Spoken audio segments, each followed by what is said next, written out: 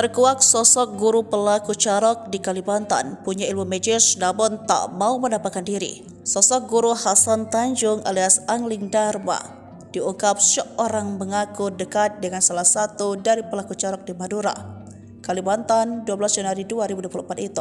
Sebab bersama adiknya Hasan menghadapi anak buah Batanjar 10 orang, mampu menghalau 6 orang dan menewaskan 4 orang korban yakni Batanjar, Matardam, Najehri, dan Hafid. Namun Hasan bersama adiknya Wardi tidak mengalami luka dan hanya memar.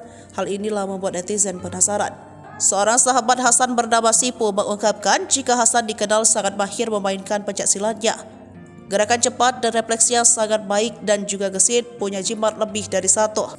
Hal ini dibenarkan oleh kakak Hasan yakni Abdurrahman jika adiknya pernah belajar silat bahkan hingga ke Kalimantan. Menurut Abdul, adiknya itu pendiam dan orang baik. Namun yang menjadi sorotan saat Hasan yang tidak mengalami luka usai duel lawan Matanjar dan lain-lain. Hasan disebut punya kebal dan memiliki jimat serba ilmu gerak cepat yang jarang dimiliki orang lain. Namun soal ilmu kebal diklarifikasi oleh Hasan sendiri dalam salah satu tayangan YouTube hanya tertawa pada 25 Januari kemarin. Sementara dalam fakta pemeriksaan, Hasan pun sempat ditanya petugas kepolisian, maka dia menjawab pernah mengunjungi Kalimantan untuk memperdalam ilmu pencak silat dan bela diri kepada seorang guru.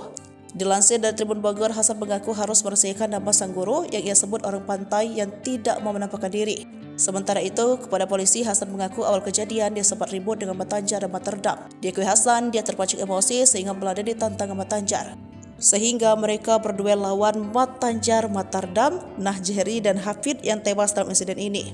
Hasan pun sempat terisak dan menyesal jika dia tahu akan seperti apa kejadiannya.